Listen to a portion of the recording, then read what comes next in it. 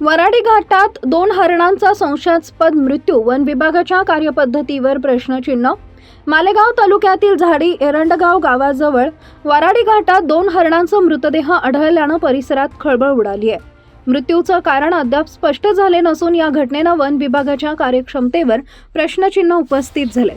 स्थानिक नागरिकांनी हरणाचा मृतदेह पाहताच वन विभागाला तात्काळ माहिती दिली आहे।